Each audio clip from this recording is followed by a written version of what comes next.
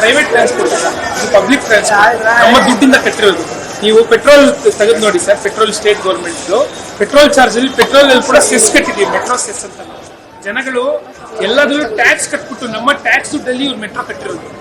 Central government ಅಲ್ಲೂ tax ಹೋಗಿದೆ, state government tax ಹೋಗಿದೆ. ನಮ್ಮ ಟ್ಯಾಕ್ಸ್ ದುಡ್ಡಲ್ಲಿ ಕಟ್ಬಿಟ್ಟು ಇವತ್ತು ನಮ್ಮ ಮೇಲೆ ಎಕ್ಸ್ಟ್ರಾ ತೆರಿಗೆ ಹಾಕ್ತಾರಂತೆ.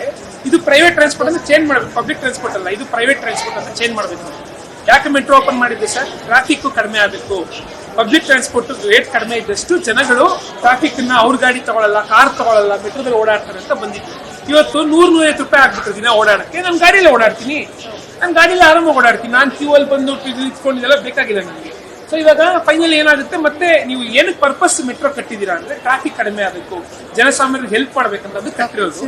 ಇವತ್ತು ನೀವು ಇದನ್ನ ಇಷ್ಟು ಬೆಲೆಯಲಿಕ್ಕೆ 50%, 100% ಜಾಸ್ತಿ ಮಾಡ್ತೀರಾ ಅಂದ್ರೆ ಜನಗಳು ಓಡಾಡಲ್ಲ, ಬಿಟ್ಬಿಡ್ತಾರೆ. ಮತ್ತೆ ನೀವು ಟ್ರಾಫಿಕ್ ಜಾಸ್ತಿ ಆಗುತ್ತೆ. ಇದನ್ನ ನೀವು ಶ್ರೀಮಂತರಿಗೆ ಇಟ್ಕೊಳ್ಳಿ, ಯಾರು AC ಸಾಫ್ಟ್ವೇರ್ ಕಂಪನಿ ಕೆಲಸ ಮಾಡ್ತಾರಲ್ಲ ಅವ್ರು ಓಡಾಡ್ತಾರೆ.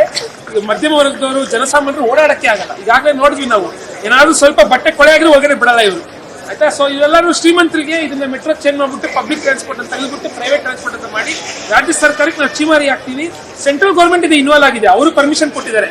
ಎರಡು ಗೌರ್ಮೆಂಟ್ ಕೂಡ ಸೇರಿ ಜನಗಳ ಮೇಲೆ ಇವತ್ತು ತೆರಿಗೆ ಭಾರ ಹಾಕಿದ್ದಾರೆ, ಬೆಲೆ ಏರಿಕೆ ಮಾಡ್ತಾರೆ. BMTC ಜಾಸ್ತಿ ಆಗಿದೆ, KSRTC ಜಾಸ್ತಿ ಆಗಿದೆ. ಈ ಜೀವನ ಮಾಡೋದೇ ಕಷ್ಟ ಆಗಿದೆ. ಕೂಡಲೇ ಸರ್ಕಾರ ಮೆಟ್ರೋ ಫೇರ್ಗಳನ್ನ ಆಸ್ ಇಟ್ ಇಸ್ ಇಡಬೇಕು. ಇಡೀ ಇಂಡಿಯಾದಲ್ಲಿ ತಗೊಂಡ್ರೆ it is the highest rate ಜಾಸ್ತಿ ಮಾಡಿದ್ರು. ನಮ್ ದುಡ್ಡಿಂದಾನೇ ಕಟ್ಬಿಟ್ಟು ನಮ್ಗೆ ನೀವು ಎಕ್ಸ್ಟ್ರಾ ತೆರಿಗೆ ಹಾಕ್ತೀವಿ. ಇದು ಕಟ್ಟಿರೋದು ನಮ್ ದುಡ್ಡಿಂದ ಈ ಸರ್ಕಾರ ಮರಿಬಾರ್ದು.